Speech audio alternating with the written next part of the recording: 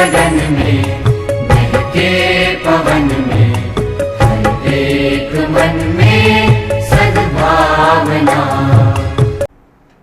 तो વર્ગીકરણના આધારની અંદર આપણે જે આગળ પોઈન્ટ જોયા ત્યાર પછીનો પોઈન્ટ છે સમમિતિ, કે જેના આધારે આપણે પ્રાણીઓને અલગ અલગ ક્લાસમાં મૂકી શકીએ.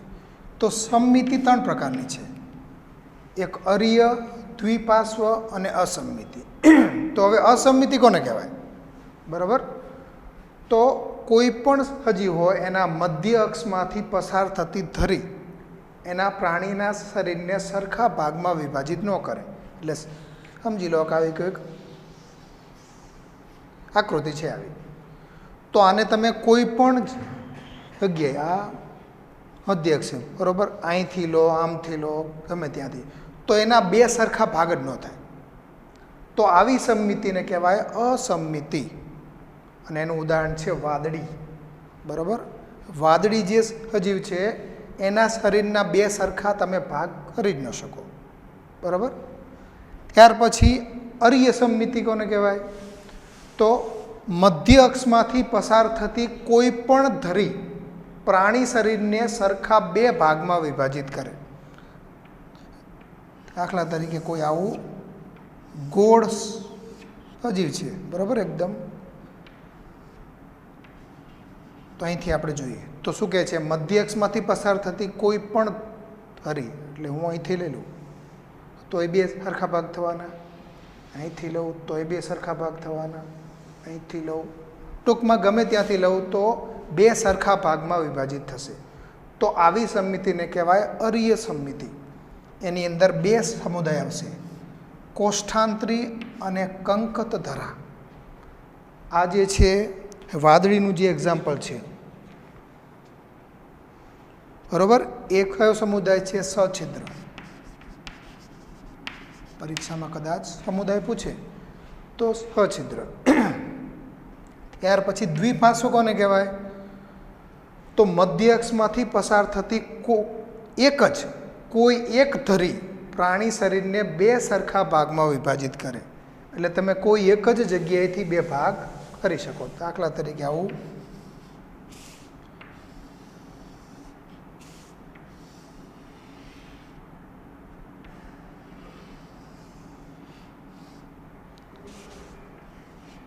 આવી રીતની આકૃતિ છે. તો કોઈ એક જગ્યાએથી તમે એના 2 સરખા ભાગ કરી શકો. દાખલા તરીકે પતંગિયું છે, બરાબર. તો પતંગિયાને કોઈ પણ એક જગ્યાએથી જ 2 સરખા ભાગમાં વિભાજિત કરી શકો. તો આને કહેવાય દ્વિપાર્શ્વ સમમિતિ.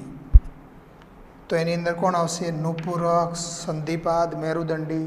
બરાબર, આપણે એમાં આવી ગયા. તો આ થઈ ગઈ સમમિતિ. પરીક્ષામાં ખાસ પૂછાય કે અરીય સમમિતિ કેમાં હોય, અસમમિતિ કેમાં હોય અને દ્વિપાર્શ્વ કેમ હોય. એમાં ખાસ આ 2 પૂછે, કેમ કે એની અંદર એક્ઝામ્પલ ઓછા છે. બરાબર. તો આ થઈ ગયું સમમિતિ. એના આધારે પણ સજીવો જે છે એને વર્ગીકૃત કરી શકીએ. ત્યાર પછી જોઈએ ગર્ભસ્તર.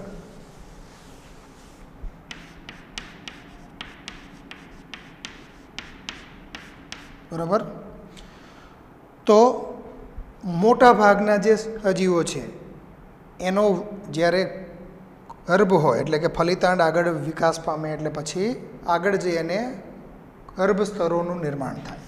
તો એ ગર્ભસ્તરો 2 પણ હોઈ શકે અને 3 પણ હોય. તો એના આધારે આપણે સજીવોના ક્લાસ પાડી દ્વિગર્ભસ્તરી અને ત્રિગર્ભસ્તરી. તો આ જે દ્વિગર્ભસ્તરી હોય એની અંદર સૌથી બહારનું જે સ્તર હોય એને કહેવાય બાહ્ય ગર્ભસ્તર, અને સૌથી અંદરનું જે હોય એને કહેવાય અંતઃગર્ભસ્તર. વચમાં મધ્ય ગર્ભસ્તર હોતું નથી. તો એની જગ્યાએ શું હોય? તો અવિભેદિત સ્તર તરીકે મધ્ય શ્લેષ્મ સ્તર હોય. અહીંયા શું હોય? મધ્ય શ્લેષ્મ સ્તર. ખાસ અગત્યનું. તો આવા સજીવોને કહેવાય દ્વિગર્ભસ્તરી. એની અંદર 2 ઉદાહરણ છે, કંકતધરા અને કોષ્ઠાંતરી. અંકત ધરા અને કોષ્ટાંતરી, આ બે જે સમુદાય છે એની અંદર દ્વિગર્ભ સ્તર હોય. અને ત્રિગર્ભ સ્તરી કોને કહેવાય? તો એવા સજીવો કે જેની અંદર બહારનું જે છે એને કહેવાય બાહ્ય ગર્ભ સ્તર, સૌથી અંદરનું અંતઃગર્ભ સ્તર અને એની વચ્ચે મધ્ય ગર્ભ સ્તર હોય. અને આ બધા જે સ્તર છે એમાંથી જ સજીવના દેહનું નિર્માણ થાય, એટલે કે જે પેશીઓ ને બધું બનશે આમાંથી બનશે. આપણી બુકની અંદર આવી રીતની એક આકૃતિ આપેલી છે, બરાબર.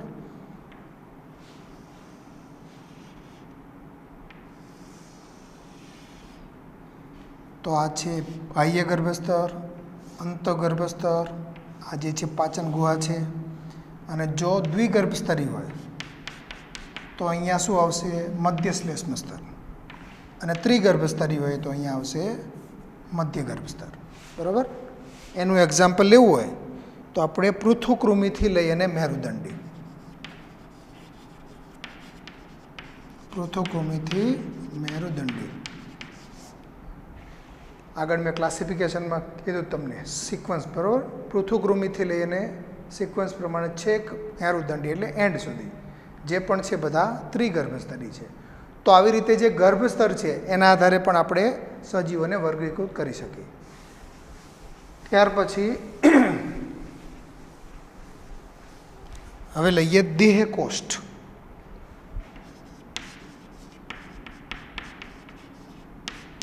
તો સૌથી પહેલાં તો દેહકોષ્ઠ કોને કહેવાય? તો પ્રાણીઓની શરીર દિવાલ અને એની જે પાચન નળી છે એની વચ્ચે જે જગ્યા હોય, અવકાશ, બરાબર. શરીર દિવાલ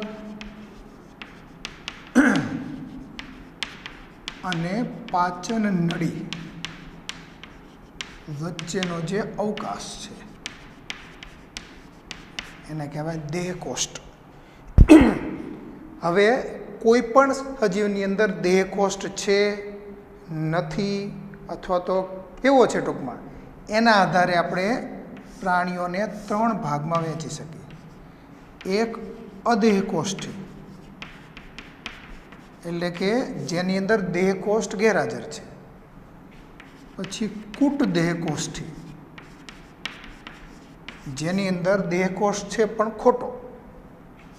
અને દેહકોષ્ઠી, જેની અંદર દેહકોષ્ઠ જોવા મળે છે. અહીંથી પણ પરીક્ષામાં ઘણીવાર પ્રશ્નો પૂછે. તો એમાં સૌથી પહેલાં આપણે લઈએ અદેહકોષ્ઠી. તો એનું એક્ઝામ્પલ છે પૃથુકૃમિ. પૃથુકૃમિ જે સમુદાય છે એની અંદર આપણને અદેહકોષ્ઠ જોવા મળે. પછી એ સિવાય અંકત ધરા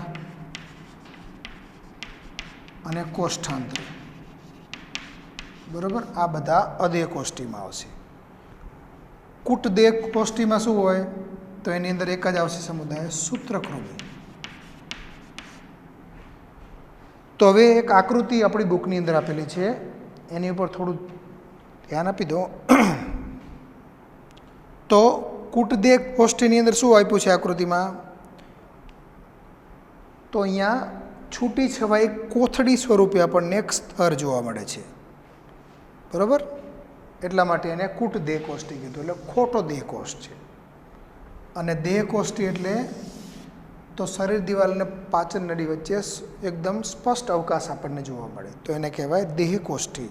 દેહકોષ્ઠીની અંદર નુપૂરકથી લઈ અને મેરુદંડી, નુપૂરકથી મેરુદંડી, બરાબર. આકૃતિ જોઈ લો એટલે ખ્યાલ આવી જાય. આમાંથી પણ પરીક્ષામાં ઘણીવાર પ્રશ્ન પૂછાય. એક્ઝામ્પલ આપણે ખાસ યાદ રાખવાના. ત્યાર પછીનો પોઈન્ટ છે ખંડતા. તો ખંડતા કોને કહેવાય? તો પ્રાણીનું શરીર જે છે એ બહાર અને અંદર, એટલે કે બહારની બાજુ અને અંદરની બાજુ એક સરખા ખંડોમાં વિભાજિત થયેલું હોય તો આવી ખંડતાને કહેવાય સમખંડતા. અને જો ન હોય તો અખંડતા. બરાબર. તો આવી સમખંડીય ખંડતા કેની અંદર જોવા મળે? તો એક સમુદાય છે નુપુરક, બરાબર, અને એક બીજો આપેલો છે સંધિપાદ. પણ એની અંદર થોડીક કન્ફ્યુઝન છે, કેમ કે એની અંદર બાહ્ય ખંડન જોવા મળે પણ આંતરિક ખંડન જોવા મળતું નથી, એટલે એને એક્ઝામ્પલમાં લઈ શકાય નહીં. એવું એનસીઆરટીમાં કોઈ સ્પષ્ટતા નથી, પણ આપણે ખાસ શું યાદ રાખશું? નુપુરક. અને ત્યાર પછી જોઈએ મેરુદંડ, બરાબર. તો મેરુદંડ કોને કહેવાય? તો કેટલાક પ્રાણીઓની અંદર જ્યારે ભ્રૂણનો વિકાસ થાય ત્યારે પૃષ્ઠ બાજુએ મધ્ય ગર્ભસ્તરમાંથી ઉદ્ભવતી દંડ જેવી જે રચના હોય, બરાબર, એમાંથી ઉદ્ભવે મધ્ય ગર્ભસ્તર અને દંડ જેવી રચના કે જે ગર્ભને આધાર આપે, એને કહેવાય મેરુદંડ. તો જો મેરુદંડ હાજર હોય તો એવા સજીવોને આપણે કહેશું મેરુદંડી, અને મેરુદંડ ન હોય તો અમેરુદંડી. તો આની અંદર આપણે એક્ઝામ્પલ આપવું હોય તો એના એક્ઝામ્પલમાં શરૂઆતથી જોઈ લો. આપણે વર્ગીકરણમાં લખ્યું હતું સછિદ્ર, સછિદ્રથી લઈ અને સામી મેરુદંડી, બરાબર. આ બધામાં મેરુદંડ નથી હોતો, અને જેની અંદર હોય છે બધા આવશે મેરુદંડી સમુદાય. એ આગળ ફરી પાછો ઉપસમુદાય અને વર્ગોમાં વિભાજિત થશે. તો આવી રીતના જે છે એ બધા પોઈન્ટ હતા કે જેના આધારે આપણે એવું કહી શકીએ કે સજીવોની અંદર કેવી સામ્યતા છે, અને એના આધારે તમે વર્ગીકરણ પણ કરી શકો. તો આ થઈ ગયું પ્રાણી સૃષ્ટિનું બેઝિક. સમજવાનું આટલું જ છે. આટલું તમને આવડે એટલે આગળ ચેપ્ટરમાં કંઈ છે નહીં બહુ, બરાબર. હવે ઉદાહરણો તમારે જે છે ખાસ યાદ રાખવાના. હવે આવતા લેક્ચરમાં આપણે પહેલું જે સમુદાય છે ત્યાંથી આપણે શરૂઆત કરશું.